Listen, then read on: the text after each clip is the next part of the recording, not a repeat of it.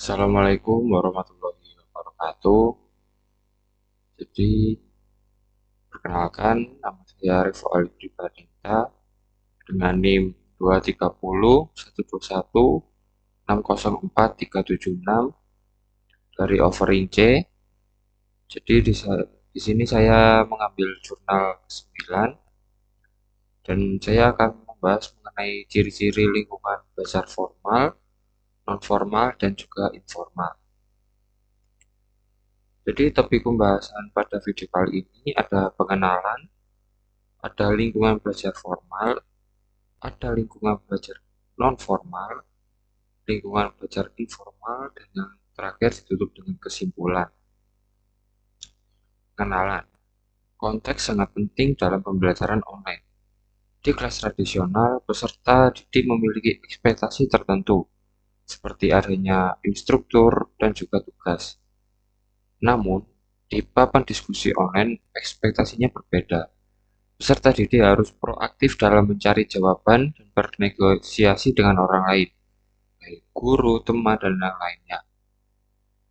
Jadi pada kali ini akan membahas mengenai konteks pembelajaran online dan membaginya menjadi 3 kategori, yaitu formal, non-formal, dan juga informal.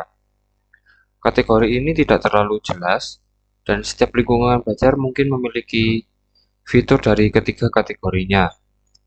Penelitian kemudian digunakan untuk memperluas pemahaman tentang komunitas belajar online baik dalam 3 kategori tersebut.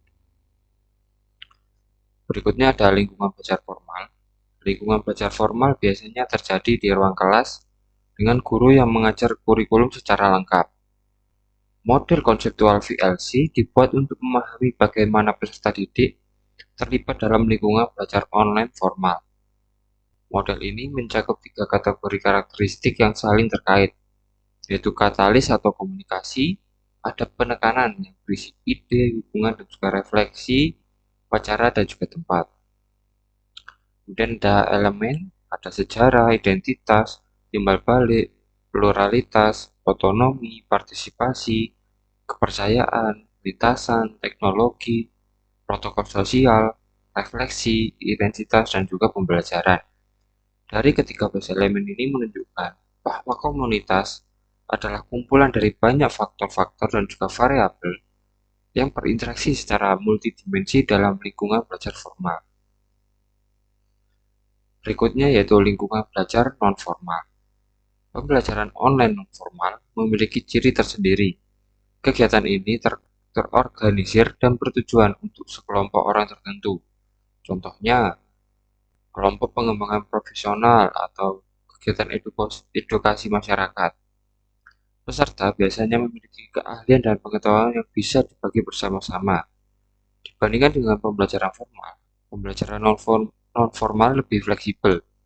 Peserta memiliki kontrol terhadap tujuan dan level partisipasi mereka, serta hasil belajar lebih dipengaruhi oleh motivasi internal. Berikutnya, pembelajaran online informal.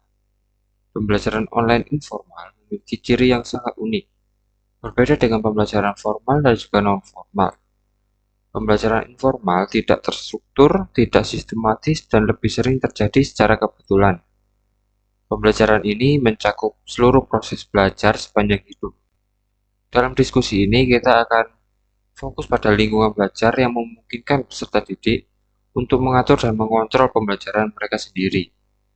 Mereka memiliki kontrol penuh terhadap tujuan, struktur, dan juga alasan belajar bersama orang lain. Tujuannya adalah untuk memanfaatkan pengetahuan dan pengalaman orang lain, bukan sekedar belajar bersama. Dalam lingkungan belajar informal, peserta didik dituntut untuk bisa belajar secara mandiri. Meskipun ada yang berpendapat juga bahwa pembelajaran mandiri berarti belajar sendiri. Namun kemandirian dalam konteks ini lebih luas.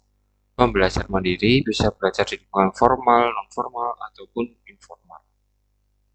Jadi kesimpulannya, konteks memegang peranan penting dalam efektivitas pembelajaran. Berbeda dengan kelas tradisional, ekspektasi dalam pembelajaran online bervariasi. Bab ini membahas 3 kategori konteks pembelajaran online yaitu formal, non-formal, dan juga informal. Masing-masing kategori memiliki karakteristik dan fleksibilitasnya sendiri. Memahami perbedaan konteks ini penting untuk menciptakan pengalaman belajar online yang efektif.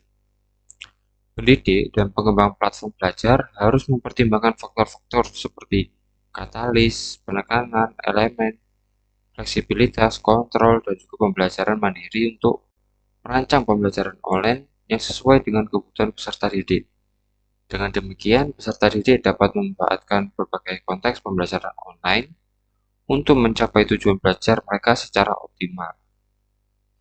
Sekian saja penjelasan dari saya pada video kali ini. Apabila ada salah kata mohon dimaafkan. Wassalamualaikum warahmatullahi wabarakatuh.